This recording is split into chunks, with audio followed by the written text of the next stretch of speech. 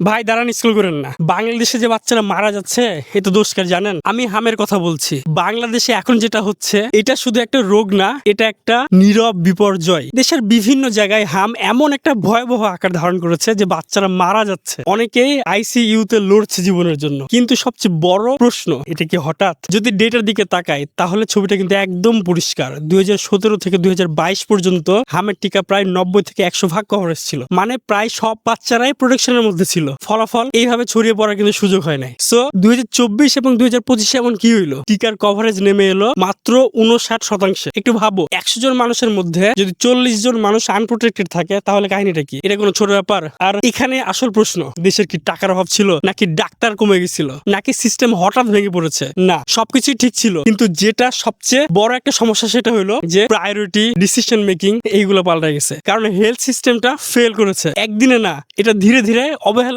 ফলে হয়েছে। আর সেই অবহেলার দাম দিচ্ছে নির্দোষ বাচ্চারা। এখন প্রশ্ন একটাই, এই ভুলটা আমরা আর কতদিন ইগনোর করবো? কারণ এটা শুধু একটা সংখ্যা না, এটা আমাদের ভবিষ্যতের প্রশ্ন। যদি তুমি চাও মানুষ এই সত্যটা জানো, এই ভিডিওটা এখনই শেয়ার করো। আর এমন গুরুত্বপূর্ণ বিষয় সহজভাবে বুঝতে চাইলে লাইক, শেয়ার এন্ড সাবস্ক্রাইব করে পাশে থাকো। Thank you so much. Take care, bye by.